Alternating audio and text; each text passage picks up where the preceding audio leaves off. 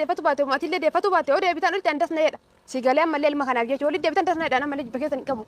Gin immoo homo olittuu deebi'uu barbaatte amma kiyyatti Saayidoo fi mucaan kun akka ol leban hin godhin yeroo dhiyoo amma sama dhufu wada gamana deebi'uu wada jedhe gaafa san immoo Saayidoo fi dhufooda laal Saayidoo bira osoo hin gahin osoo dhufi aanu laal obboleessa kee jechuun aanu harka kiyyaan ajjeesa. Akka afaanitii miti beekte nu dubartu. Imaan adda bahuuf deemu jechuudha haala kanaanii. Namni taa'ee karaatti mana kee diiguu barbaada jechuudha. Intaloo ergamtuun iddoo ta'e dhuftee ani obboleessa jaarsa keetii obboleetti jaarti. Sijjamar obboleessi jaarsa yoo obboloonni jaarsa minaamin yoom namaa tolanii beeku. Obboloonni jaarsa minaamin nama jaallatan bar kun riyaalitii jirtudha. Niitii obboleessaa moo hin jaallatan. Niitii obboleessa isaanii akkanumatti masaanuutti ta'u xanqiitti ta'u jechuudha waan ta'eef uumamuma achas dhuftu. So isheen kun immoo iddoo ta'e dhuftee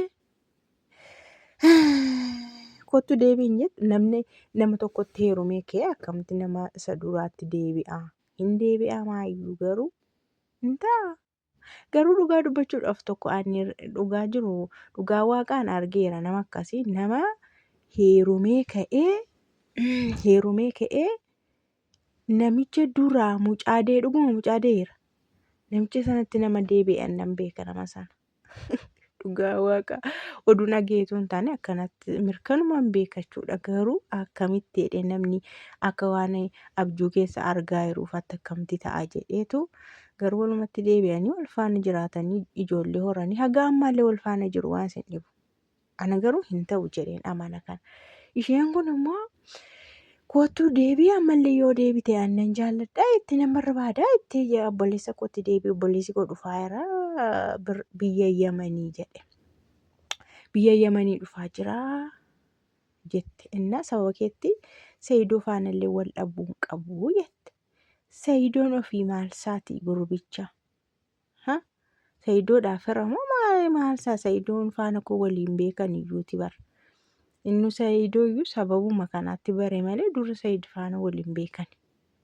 Saayid faana sababa keetti wal dhabuu hin qabu jechuun inni Itoophiyaa of dhufee Saayidoo waa godha. Saayidoo ajjeesa moo maali? Otoo Saayidoo biraan geennan ajjeesaa itti hima. Himaan immoo wanti ishiitti mul'ate gata. Hudduu ishii diree jedhe Saayidoon hudduu diramteetti durasii. Isa booda walii kaniiru. Imaanitti akkanumatti mul'ate na afaan ishii keessaa bahu nan ajjeesaa yeroo inni as gahu anatu ajjeesaa itti billichitti argitanii baqa moomantii sana yaadachaa jirti yeroo hudduu diramte sana yaadataa jirti. Sumayyaan achi miti daabboo ishiitti diruu qaba ture.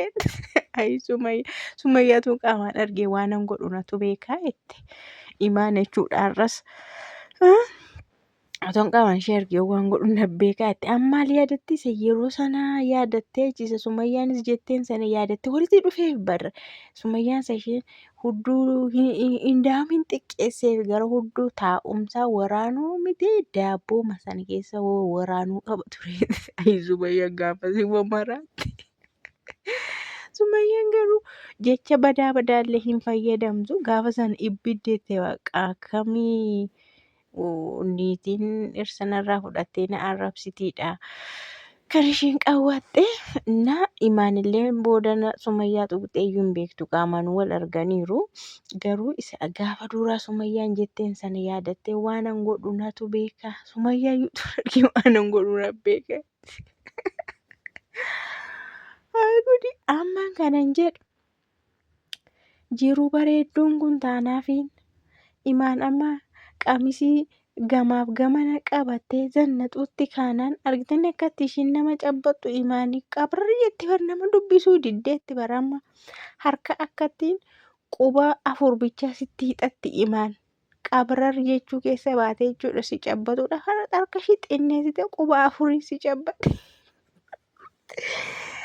Akkatti nama Saayidoon qabrar godhee Saayidoon nigistii godhee qadaamaawwitii imma beetii godhee mana keessa kaa'ee hangafa godhee ishee hangafaa quxisuu godhee hawwii quxisuu godhee imaan ishee quxisuu hangafa godhee jiruun alam zexenyitti taate imaan. Imaan nama koo dhiyaaf bariin beektu bara. Dhiyaaf bariin beektuun siniin jedhe. Nama akkasii nama mana hidhaa keessa waggaa tokko taa'ee diramee dhufee baay'ee siqeq jedhee dhufee Saayidoonis miidhameeraanis miidhameera wal arganne itti saanuu. Nama akkasiitiin koottuu bahee jiruu kana keessa jechuun garuu hin ulfaatu. Hin ulfaatu. Maali namichi kan biraa waan fuudhu hin dhabe moo dubartiin biyyaa umteedhaan? Fireeshii ishee haqee kun baadiyyaadha filatee dhufuu danda'a bara. Ishee namni tokko iyyuu hin agarre.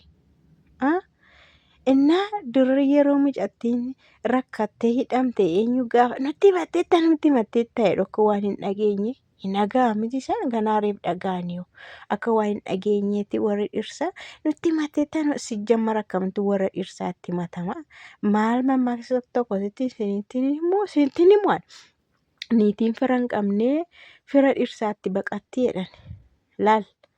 Niitiin sun fira hin qabdu taanaan warra dhirsaatti baqatti lolamtu warra dhirsaatti baqatti maal taatu warra dhirsaatti matti isheen gaa ishee tuffatamtuudha. Iddoo dhaqxullee hin qabdu firallee hin qabdu kabajallee hin qabdu kalas hunduu irra deemaa jechuudha. Dhirsi irra deemaa haadha abbaan akka barbaade irra deema obbolaan akka barbaade irra tuffatamtuudha jechuudha niitiin akka kana. Kun safuudha gaa niitiin. Yoo abbaa manaa isheetiin wal dhabde duura jechuudha gaasa ammaallee namni hin himatu himachuun yoo oovarii ta'ee manichi diigamuurra gaheedha dubbiin himatama malee waan xiqqaaqqileenna anasteenyaa hin himatamu. Innaa oovarii ta'e manichi diigamuurra gahu isheenillee maatii qabdi obbolaa qabdi fira qabdi jaratti himatti jaratu. Dhufee dubbataan malee fira dhirsaa bira dhaqxe jechuun niitiin of tuffattuudha. Fira hin qabdu jedhas bahee hundumtu. Kanaafiyyuu imaan yeroo sana maaloo naa godhaa itti dhaqxee isaanitti himatti. Jarruu akkattuu hin jaallatan firri dhirsaa nama hin jaallatu maal naa godhaa itti himatti. Isheen namatti himattu itti himatteetti maatii ishiitti himatteetti ofiishiis ofitti himteetti namichi akkanaan kun uumamee akkana kan waraanirra kan hidhamtee maal naa godheettee isatti immoo deebitee dhufti. Innaan ofu hundaa'u zayitiin sun hin jiru zayitii itti naqxu qaqqaayoonni didee Saayiditti roorrisuu barbaada ta'e niitii koo fuutee taanaan hin jiru zayitiin abbaate hinde waan akkasii hin jiru. Saayidii. Nigistii godhee kan inni ankabaakabee sammuu ishii eegee akkanatti qabrar godhee kaa'e mucaan immoo kan isaaniiti. Dirqama haati bichaa mucaa haa guddistu kan jedheen jiru bara. Iddoo baay'eetti abbaan isin guddifata fudhate yoo barbaade guddifachuu danda'a. Yoo barbaade haadhis guddisuu dandeessi yoommoo hin barbaadu jettee marga ishiiti. Garaan ishii dandeenyaan gara kuteettii taanaan. Garaan ishii danda'ee jabaannaan abbaanis guddisuu danda'a. Kalas amma bara akka durii miti. Maal odeessitu isin yeroo ammaa kana abbaan naa kenni jedheetu ijoollee isaa kan barbaadu jira. Kan akka Saayidoo kana amma ijoollee isaa kana otoo fudhatee qabrar godheen guddisu. Ajaa'iba ofiisaa kunuunsee guddisa mana keessatti namayyuu itti himaan godhu. Fataa godhee kunuunsee guddisuu danda'a ofiisaa jechuudha. Mucaa keetiif jedhi ijoollee keetiif jedhi mucaa keetiif jedhi kottu walitti deebi'i. Niitii waggaa tokko amma niitii namaa taate akkamitti namicha duraatti deebi'ama.